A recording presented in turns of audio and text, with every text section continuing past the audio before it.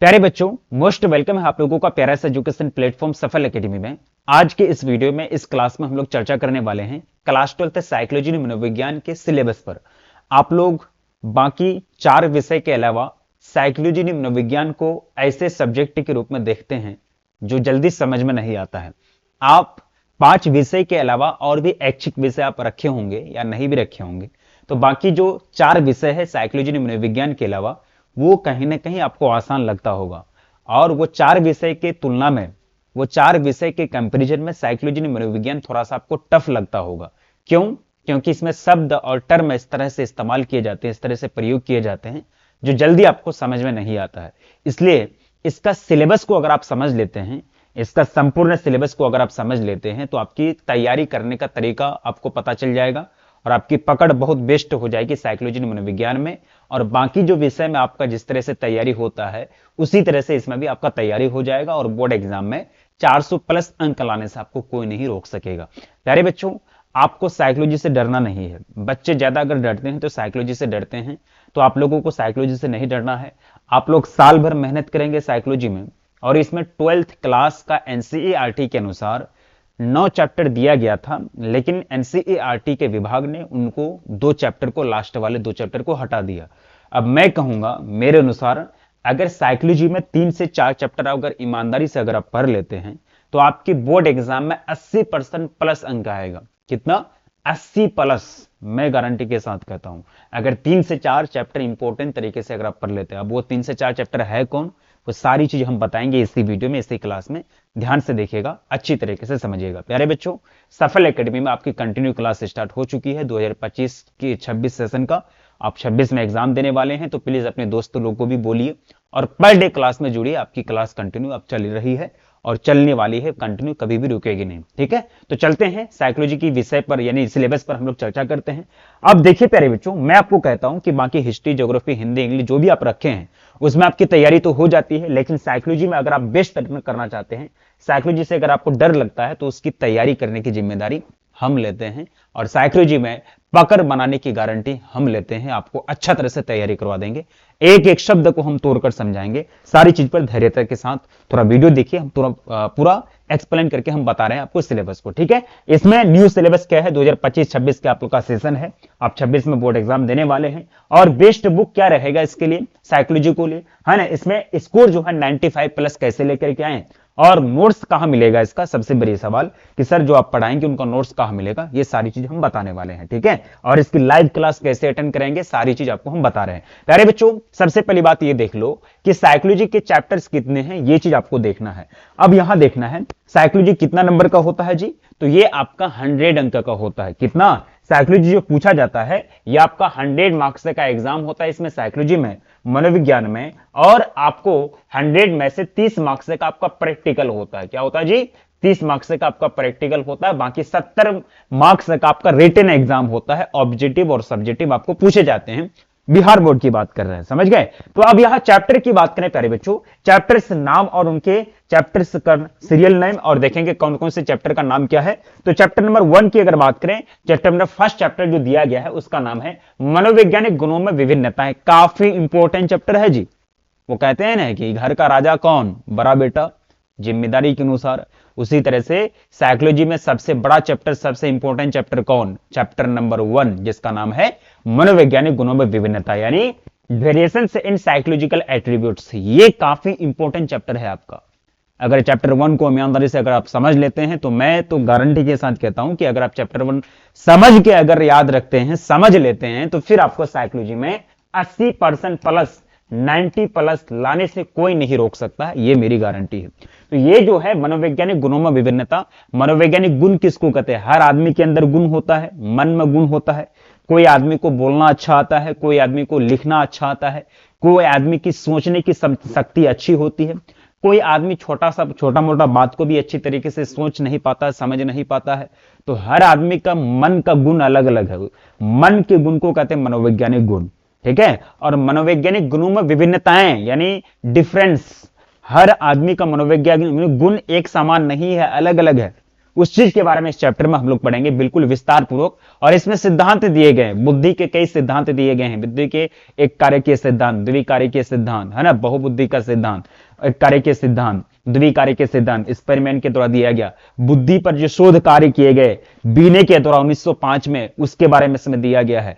साथ ही साथ बुद्धि पर जो रिसर्च वर्क हुआ उसके बारे में दिया गया। गार्डनर के द्वारा, हार्वर्ड गार्डनर के द्वारा बुद्धि का सिद्धांत दिया गया, जिसमें 8 प्रकार की बुद्धि बताए गए। ये सब चीज इसमें दिया गया है, समझ गए। तो ये चैप्टर 1 इंपॉर्टेंट है। दूसरा है आत्म और व्यक्तित्व, यानी सेल्फ एंड पर्सनैलिटी। आत्म का मतलब होता खुद, चैप्टर नंबर दूसरा।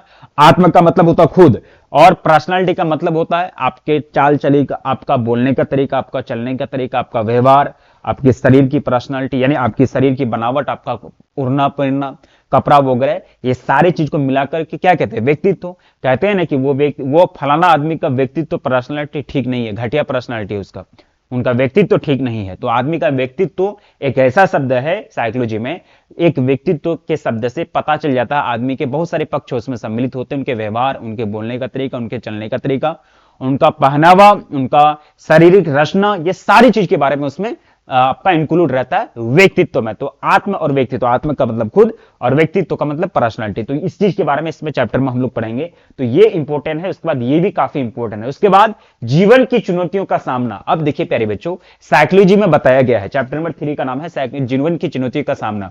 साइकोलॉजी में बताया गया कि जीवन में बहुत सारी चुनौतियां आती है, बहुत सारे चैलेंजेस आते हैं, है ना। कई मनोवैज्ञानिक बीमारी झेलना पड़ता है, परिवार में किसी का कोई घटना घट जाती है, या फिर परिवार में कोई दुख आ जाता है, या फिर आप परीक्षा में बार बार कोई परीक्षा दे रहे हैं, उसमें फेल हो जाते हैं, तो आपके मन में क्या होता है, एक स्ट्रेस उत्पन्न होता है, एक तनाव उत्पन्न होता है। यानी जीवन की चुनौतियों का सामना, आपके जीवन में बहुत सारी लाइफ में, जीवन में बहुत सारी दिक्कतें आएंगी, बहुत सारी मुसीबतें आएंगी, उनका सामना आप कैसे करेंगे, उस चीज के बारे में इसमें दिया गया है। साइकोलॉजी देखिए क्या क्या सिखाता है आपको, यानी आप अपने जीवन में, अपने लाइफ में मुसीबतों का सामना कैसे करेंगे, उस चीज के बारे में चैप्टर 3 में हम लोग पढ़ने वाले। कितना अच्छा सब्जेक्ट है ये, कितना खतरनाक सब्जेक्ट है। हम लोग जानेंगे कि आदमी एक दूसरे से अलग क्यों होता है, मनोवैज्ञानिक गुण अलग अलग क्यों होता है, आत्म क्या है यानी खुद क्या है, और पर्सनालिटी डेवलप करने का क्या क्या तरीका है, उस चीज के बारे में जानेंगे। जीवन में क्या क्या प्रॉब्लम्स आएंगे, क्या क्या मुसीबतें आएंगी, उनका समाधान क्या होगा, इस चीज के बारे में चैप्टर 3 में जानेंगे, समझ गए।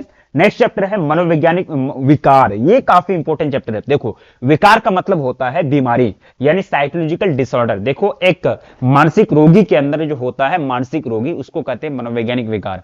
मानसिक रोगी का जो रोग होता है, जो बीमारी होता है, उसी को कहते हैं हम लोग क्या, मनोवैज्ञानिक विकार, है ना। तो मनोवैज्ञानिक विकार, साइकोलॉजिकल डिसऑर्डर, यानी आदमी को, जैसे कि बेचैनी एक मनोवैज्ञानिक विकार है, दुश्चिंता एक मनोवैज्ञानिक विकार है, डिस्ट्रेस एक प्रकार का मनोवैज्ञानिक विकार है, तनाव जिसको कहते हैं स्ट्रेस, वो भी एक प्रकार का मनोवैज्ञानिक विकार है। तो मन में कई सारी बीमारियां उत्पन्न होती है। ये दिमाग पर जब स्ट्रेस पर प्रेशर पड़ता है, ये बल पड़ता है, दबाव पड़ता है कोई काम को लेकर के, तो एक विकार उत्पन्न होता है, एक बीमारी उत्पन्न होती है दिमाग में।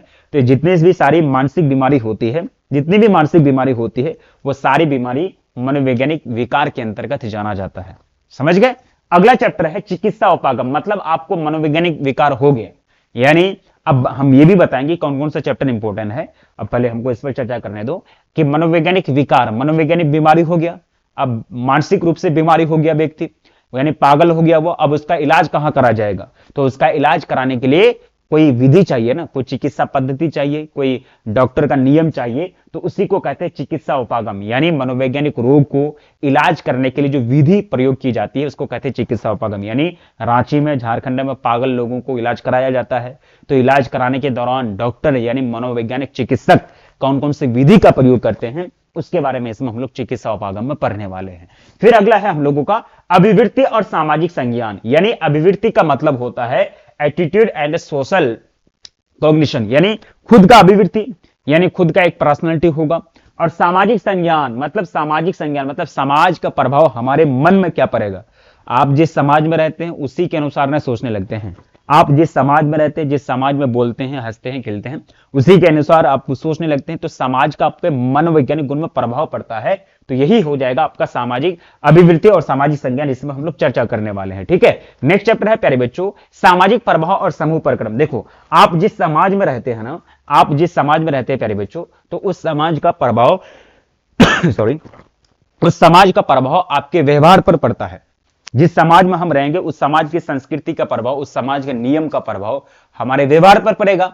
तो सामाजिक प्रभाव और समूह प्रक्रम, समूह का मतलब होता है, समूह दो प्रकार के होते हैं, प्राथमिक समूह, द्वितीयक समूह, ये सारी चीजें। फिर अगला है हम लोगों का मनोविज्ञान और जीवन, यानी मनोविज्ञान का मतलब होता है आपके मनोविज्ञान से जोड़ करके अपने जीवन को देखना। मनोविज्ञान का मतलब होता है साइकोलॉजी, यानी हमारे जीवन में मनोविज्ञान का क्या क्या इंपॉर्टेंस है उस चीज के बारे में इसमें जानेंगे। नेक्स्ट चैप्टर हम लोगों का लास्ट चैप्टर है मनोवैज्ञानिक कौशलों का विकास, यानी मनोवैज्ञानिक साइकोलॉजिकल एट्रीब्यूट्स जो होगा उसका डेवलपमेंट कैसे करेंगे उस चीज के बारे में इसमें हम लोगों को दिया गया है। ठीक है, उस चीज के बारे में इसमें हम लोगों को दिया गया है, तो ये सारी चीज हम लोगों को पढ़नी है। ठीक है, अब देखेंगे प्यारे बच्चों, अब यहां देखा जाए साइकोलॉजी मनोविज्ञान में ये आपका बुक होता है, ध्यान से देख लो, ये आपका बुक है साइकोलॉजी मनोविज्ञान का एनसीईआरटी के अनुसार, और इसमें देखा जाए तो टोटल 9 चैप्टर्स हैं। अब इसमें कितने चैप्टर्स हैं? 9 चैप्टर हम लोगों को पढ़ना है। लेकिन एनसीईआरटी ने क्या किया है, एनसीईआरटी ने लास्ट के 2 चैप्टर को हटा दिया है। लास्ट का 2 चैप्टर मनोविज्ञान और जीवन, मनोविज्ञान कौशलों का विकास, ये 2 चैप्टर को हटा दिया है, रिमूव कर दिया है। तो एनसीईआरटी के अनुसार मात्र 7 चैप्टर पढ़ने हैं। अब बोलिएगा कि सर अलग अलग बुक में, अलग अलग प्रकाशन का बुक में चैप्टर की संख्या 23 है, किसमें 19 है, किसमें 12 है। अरे भाई प्रकाशन अलग अलग है, वो अपने मन से चैप्टर की संख्या बढ़ाते जाता है। एक गो टॉपिक लेगा उसको एक अलग चैप्टर बना देगा, एक गो टॉपिक लेगा फिर उसको अलग चैप्टर बना देगा। तो हमको एनसीईआरटी के अनुसार पढ़नी है। बाकी जहां से भी आपके क्वेश्चन आएंगे हम वो नहीं देखेंगे कि भाई हमको ये बुक नहीं पढ़ना है, हम ये प्रकाशन का वो प्रकाशन का, हम लोग ऐसा नहीं करते। हम लोग जब कंटेंट तैयार करते हैं तो हम लोग बहुत दिमाग लगाते हैं कहां से क्वेश्चन आएगा। हम लोग जब कंटेंट तैयार करने लगते हैं आप लोगों के लिए, तो हम लोग एक प्रकाशन का किताब नहीं, कम से कम 4-5 प्रकाशन का किताब देखते हैं। एनसीईआरटी, भारती भवन, एसबीपीटी, ये वो दिस दैट, ये बोर्ड का वो बोर्ड, ये वेबसाइट वो वेबसाइट, मतलब एक तरह से चारों तरफ से हम लोग देखते हैं। Previous year question, model paper, उसके साथ ये क्वेश्चन में सारी चीज देख करके हम लोग कंटेंट तैयार करते, तब एक प्रॉपर तरीके से एक चैप्टर का नोट बन के तैयार होता है। तब हम आपको है लाइव आके पढ़ाते हैं। एक चैप्टर का नोट तैयार करने में बहुत ही मेहनत होता हम लोगों का, समझ गए? तो ये चीज आप लोगों को देखना है। तो यहां टोटल चैप्टर्स की संख्या 9 है पुराना सिलेबस के अनुसार, लेकिन हम लोगों को 9 चैप्टर को पढ़नी है। और अगर देखा जाए वर्तमान में 7 चैप्टर हैं आपके एनसीईआरटी में। अब देखोगे प्यारे बच्चों, एनसीईआरटी का बुक आपका ये है, एनसीईआरटी का बुक आपके पास होगा शायद, है ना? आप लोग उसको ले लेंगे, अगर नहीं है तो उसको देखिएगा। अगर आपके पास एसबीबीटी का है तो और बेस्ट है, कोई दिक्कत नहीं, इसको लेने की जरूरत नहीं है। दोनों में से कोई एक है तो उसको आप पढ़ेंगे, उसको आप अच्छे तरह से एक एक शब्द को समझने का प्रयास करेंगे। यहां देखो आपके टोटल 9 चैप्टर्स दिए गए हैं एनसीईआरटी के न्यू सिलेबस के अनुसार। ठीक है, तो अब देखिएगा प्यारे बच्चों, यानी अब दो हटा दिया तो टोटल 7 ही बचेगा। अब इंपॉर्टेंट चैप्टर कौन सा है? यहां देखो शुरुआत के जो 5 चैप्टर हैं प्यारे बच्चों, यानी चैप्टर नंबर 1, 2, 3, 4 एंड 5, ये काफी इंपॉर्टेंट है। शुरुआत के 5 चैप्टर से ही आपके सबसे ज्यादा क्वेश्चन पूछे जाते हैं बोर्ड एग्जाम में। शुरुआत के जो 5 चैप्टर है, यही 5 चैप्टर को अगर आप पढ़ लेते हैं तो आपके बोर्ड एग्जाम में कम से कम 80 नंबर आएगा। कितना? कम से कम 80 नंबर आएगा। ये 5 चैप्टर आप इसको पढ़ेंगे। अब देखिए प्यारे बच्चों, मैं आप लोगों को कहता हूं कि सर साइकोलॉजी का सिलेबस तो जान ले, लेकिन इसकी तैयारी कहां से करें, इसका तैयारी बेस्ट तरीके से कहां से करें? चलिए इस चीज पर चर्चा करने वाले हैं प्यारे बच्चों। इसका तैयारी जबरदस्त तरीके से आपको सफलता बैच में कराया जाएगा, यानी जो आपका सफलता बैच है उसमें कराया जाएगा। इससे पहले आप ये देख लीजिएगा कि मैं आपको कह देता हूं, उस पर डिस्कस करने वाले हैं। इसमें क्वेश्चन की संख्या टोटल कितना है? 100 है। 30 मार्क्स का प्रैक्टिकल है तो बचा 70, तो 70 का आपको एग्जाम देना होता है। आपका 30 मार्क्स तो आपको कॉलेज वाले ही देंगे। 70 में से आपका 35 ऑब्जेक्टिव रहेगा और 35 आपका सब्जेक्टिव रहेगा। ठीक है, तो अब यहां देखोगे बिहार बोर्ड वालों, आपको पता है कि ऑब्जेक्टिव का मार्क्स जो होगा 70 का होगा और सब्जेक्टिव का मार्क्स 35 का होगा और 30 नंबर कॉलेज से मिलेगा। 35 35 70 और 30 100 हो गया, समझ गए? लेकिन आप याद रखिएगा आपके बिहार बोर्ड में 35 नहीं, आपको 70 ऑब्जेक्टिव क्वेश्चन पूछे जाएंगे साइकोलॉजी मनोविज्ञान में। कितना? 70 ऑब्जेक्टिव क्वेश्चन पूछे जाएंगे, जिसमें से आपको जो टू बी अटेंड यानी 35 क्वेश्चन का आंसर देना होगा। और इससे आपको 35 क्वेश्चन का आंसर देंगे तो 35 अंक आपको मिलेगा। एक ऑब्जेक्टिव में 1 नंबर आपको मिलेगा, समझ गए? तो 35 ऑब्जेक्टिव यानी 70 को पूछेगा तो 35 का आंसर उधर से देना है। उसके बाद जो है 35 का आपका सब्जेक्टिव होगा। सब्जेक्टिव में जो क्वेश्चन पूछे जाएंगे शॉर्ट क्वेश्चन, यानी जिसको लघु उत्तरीय प्रश्न कहते हैं, उसकी संख्या टोटल 20 रहेगी, है ना? उसकी संख्या कितनी रहेगी भाई? उसकी संख्या अगर देखा जाए तो उसकी संख्या जो है 20 रहेगी। अब आपको 20 में से मात्र 10 क्वेश्चन का आंसर देना है तो 10 क्वेश्चन का आंसर दीजिएगा। एक क्वेश्चन का वेटेज 2 मार्क्स, तो 10 गुना 2 20 अंक आपको लघु उत्तरीय से मिलेगा। लघु उत्तरीय से 20 अंक मिलेगा।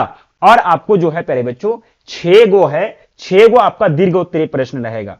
6 गो आपका क्या रहेगा? दीर्घ उत्तरीय प्रश्न रहेगा। यानी total number of long questions 6 रहेंगे और एक लॉन्ग क्वेश्चन में 5 मार्क्स मिलेगा और 6 में से 3 गो का आंसर देना है। मतलब डबल डबल ऑप्शन दिए जाते हैं ना, यानी 70 ऑब्जेक्टिव पूछेगा तो 35 गो आंसर देना है, 20 गो सब्जेक्टिव पूछेगा लघु उत्तरीय प्रश्न 10 गो का आंसर देना है, और 6 गो दीर्घ उत्तरीय पूछेगा तो 3 गो का आंसर देना है। 6 गो पूछेगा टू बी अटेंड क्वेश्चन तो 3 into 5 यानी 15 मार्क्स इसमें आपको बनेगा। 15 नंबर आपका देखो, अब मैं आपको समझा रहा हूं। आपको डबल डबल ऑप्शन रहेंगे। आपको 30 नंबर आपको प्रैक्टिकल का मिल जाएगा। 30 नंबर आपको प्रैक्टिकल का कॉलेज वाले से मिल जाएगा, है ना। कुछ खर्चा पानी लेगा, उसमें कंजूसी मत करना। 200-400 टका लेगा वो लोग, पता नहीं नियम बना दिया है, क्या करोगे उसमें, हम भी कुछ नहीं कर सकते। चलो कोई दिक्कत नहीं, लेना तो नहीं चाहिए। कॉलेज वाले अगर लेंगे 200-400 रुपया उसको दे देना है। 30 नंबर आपको प्रैक्टिकल का मिलेगा। आपका देखेगा 35 नंबर आपको ऑब्जेक्टिव से मिलेगा, है ना।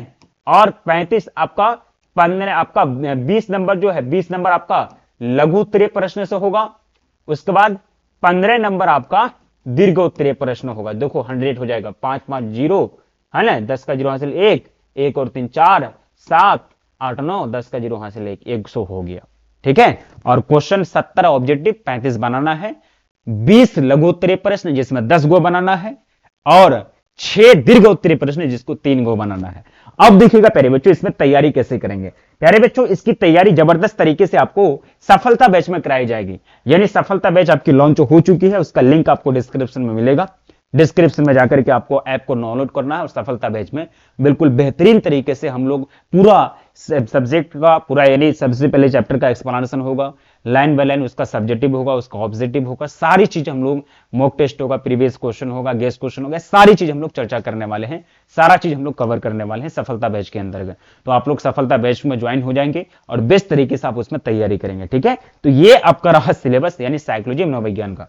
साइकोलॉजी मनोविज्ञान का ये आपका सिलेबस रहा। उम्मीद करता हूं कि ये सिलेबस आपको तो अच्छा तरह से समझ में आ गया होगा, और अच्छी तरह से इस सिलेबस को समझने के बाद इसको अब अच्छी तरह से समझ गए होंगे। अब इसमें तैयारी करने के लिए जुट जाइए और आप लोग तैयार हो जाइए। अब आपकी क्लास कंटिन्यू चलेगी, अब कंटिन्यू चलेगी इसकी क्लास। अब कुछ ही दिन के बाद जो है ना, आपका चैप्टर 1 आएगा, चैप्टर 1 के बाद 2 3 इसी तरह से आपका आते रहेगा। ठीक है। थैंक यू सो मच प्यारे बच्चों। आप लोग नए बच्चे को जोड़ेंगे, जो भी आपके दोस्त तैयार हैं 26 में एग्जाम देना चाहते हैं, उनको बोल दीजिएगा, इन्फॉर्म करके प्लीज शेयर कीजिएगा, प्लीज प्लीज प्लीज आप लोग शेयर कीजिएगा, ताकि सब लोग आ जाए और अच्छी तरीके से एक साथ मिल करके हम लोग तैयारी करें और बोर्ड एग्जाम में अच्छा से अच्छा बेहतर प्रदर्शन करने के लिए हम लोग तैयार हो जाएं। ठीक है प्यारे बच्चों, मिलते हैं नेक्स्ट क्लास में, तब तक के लिए जय हिंद जय भारत।